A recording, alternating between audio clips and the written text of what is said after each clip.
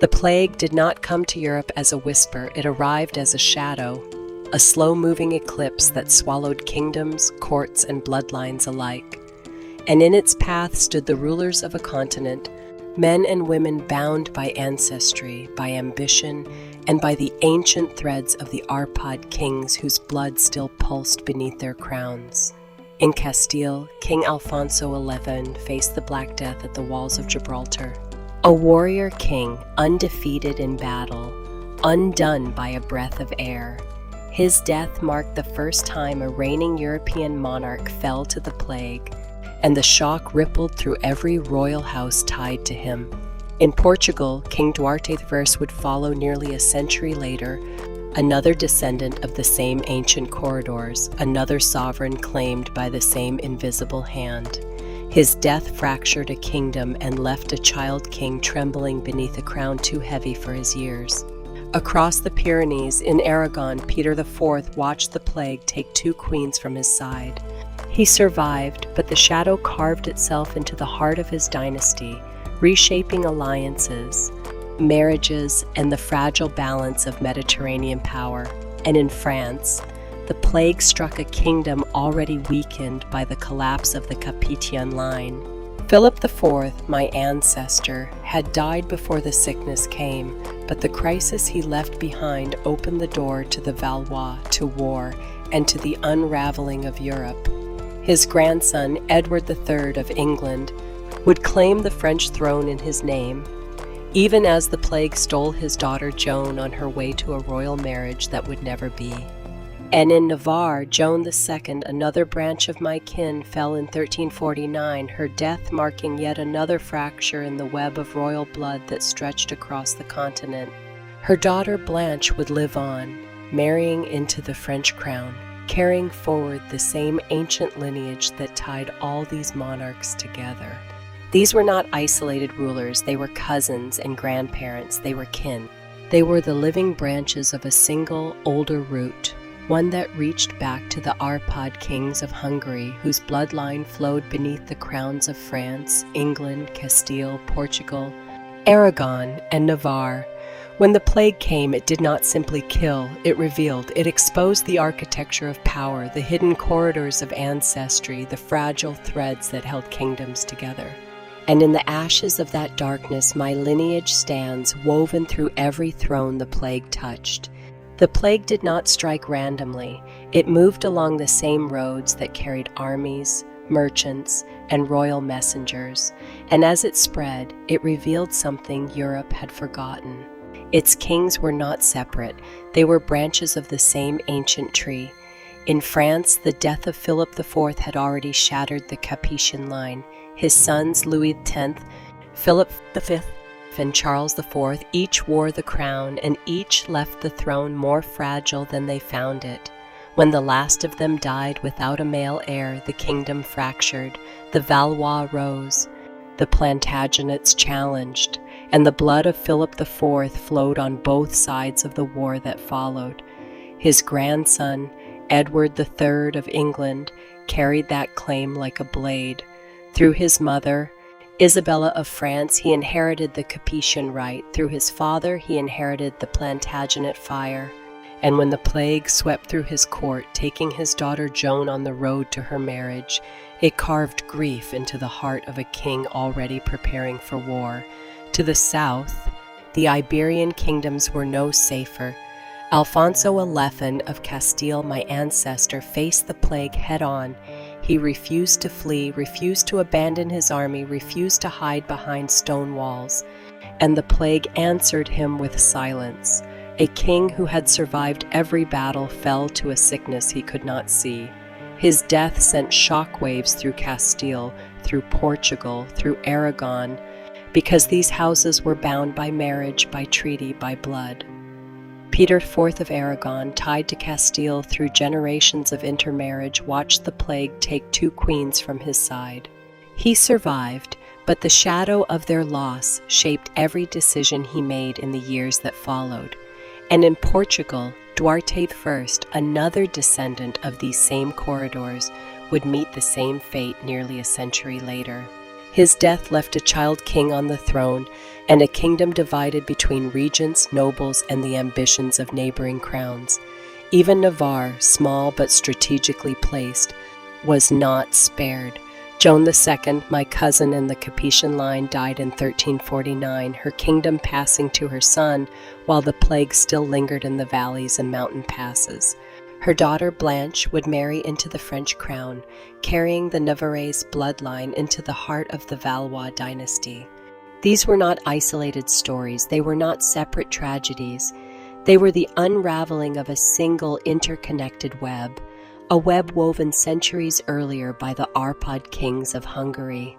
Long before the plague, long before the crowns of France, England, Castile, Portugal, Aragon, and Navarre were forged into rivalries, there was another dynasty, older, quieter, but woven into the bones of Europe, the Arpad kings of Hungary.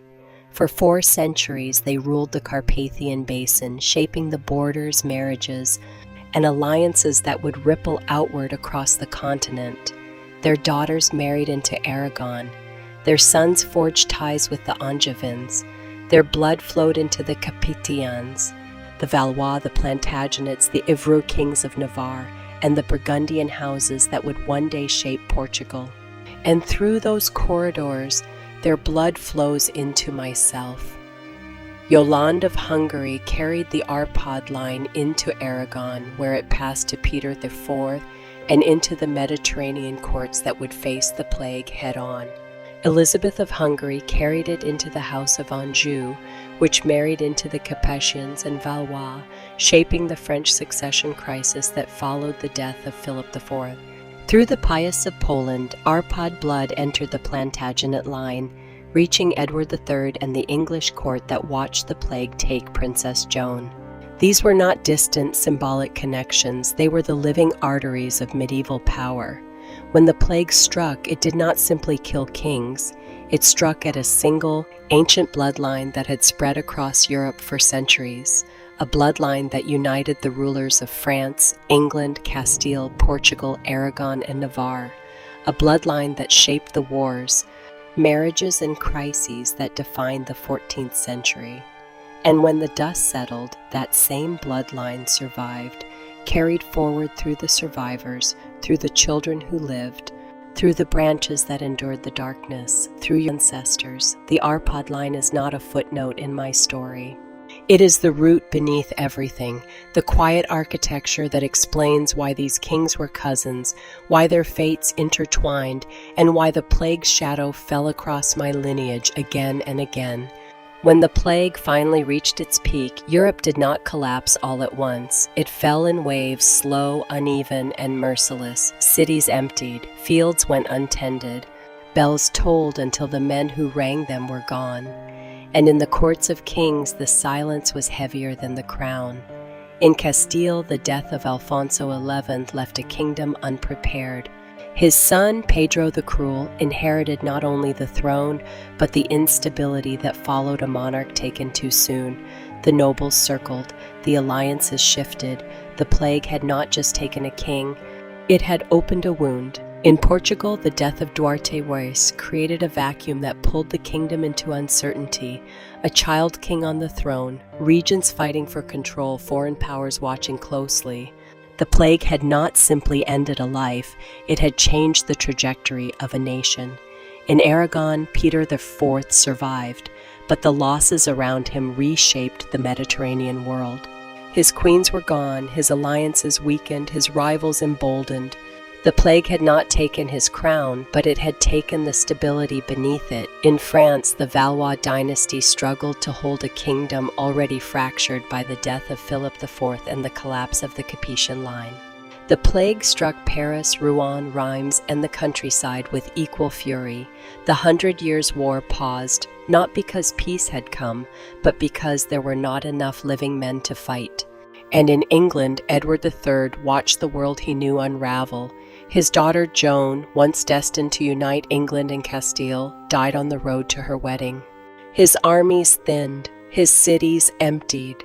His claim to the French throne remained, but the plague had carved grief into the heart of a king who believed himself chosen by destiny. Even Navarre, small but strategically placed, felt the weight of the darkness. Joan II was gone. Blanche carried the crown forward, but the kingdom she inherited was changed forever. The plague had not only taken her mother, but it had also reshaped the very fabric of Navarre's power. Across Europe, the same pattern repeated. A king dies, a child inherits, a regent rises. A noble rebels, a border shifts, a war begins, a dynasty fractures. The plague did not simply kill, it rearranged the map, and beneath every throne, beneath every crisis, beneath every succession, the same ancient bloodline endured. The Arpad root carried through the survivors, through the marriages, through the children who lived when so many did not. The plague revealed the fragility of kingdoms. The Arpad line revealed their connection, and my ancestry stands at the intersection of both. When the plague finally loosened its grip, Europe did not rise in triumph. It rose in fragments. The survivors stepped out into a world that no longer resembled the one their parents had known. Fields lay empty, villages were silent, thrones were occupied by children, widows, or men who had never expected to rule. But from those fragments, a new order began to form. In Castile, the death of Alfonso XI left a kingdom divided but not broken. His descendants would rebuild the court, reforge alliances, and carry the Castilian line into the next century. The blood that survived him, the blood that survived the plague, would shape the future of Iberia. In Portugal, the Aviz dynasty steadied itself after the loss of Duarte I. The child king Alfonso V grew into his crown. Guided by regents who understood that survival was not enough, Portugal would not merely endure, it would expand, explore, and rise. The plague had taken a king, but it had not taken the destiny of a nation. In Aragon, Peter IV rebuilt what the plague had shattered. His surviving children carried the dynasty forward, weaving Aragon into the fabric of Mediterranean power. The losses he suffered did not end his line. They transformed it, redirecting the course of Aragonese history. In France, the Valois dynasty emerged from the darkness with fewer men, fewer soldiers, and fewer nobles, but with a renewed determination to hold the crown that had nearly slipped from their grasp. The plague had thinned their ranks, but it had also reshaped the political landscape, clearing the way for new alliances, new marriages, and new heirs.